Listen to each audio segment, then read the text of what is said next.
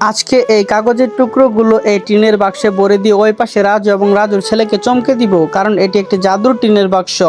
এই পাশে রাজু এবং রাজুর ছেলে বসেছিল, তারা নদীর পাড়ে বসে বসে গল্প করতেছিল এবং কি বলতেছিল তার ছেলের নাকি খেলার কোনো কিছু নেই। তারপর রাজু হঠাৎ করে দেখতে পায় যে নদী দিয়ে একটি টিনের বাক্স ভেসে আসতেছে। তারপর বলে, ওই দেখ বাবা, নদীতে একটা টিনের বাক্স, চল এটিকে আমরা তুলবো এবং কি দেখবো যে এটার ভিতর কি আছে। তারপর রাজু যখন নদীতে নেমে পড়ে বাক্সটি তোলার জন্য, তো এটি এখন সে নদীর উপরে আনে দেখার জন্য যে এর ভিতরে কি আছে, যা দেখলে আপনি অবাক হয়ে যাবেন।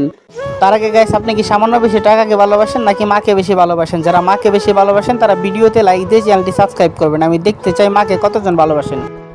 তারপর রাজু যখন টিনের বাক্সটি উপরে তুলে আনে এবং কি সেটি খুলে দেখে যে এর ভিতরে অনেকগুলো রং রয়েছে এবং কি তার ছেলেকে বলে, আর কোনো চিন্তা নেই বাবা, তুই এখন এই রং দিয়ে অনেক খেলতে পারবি।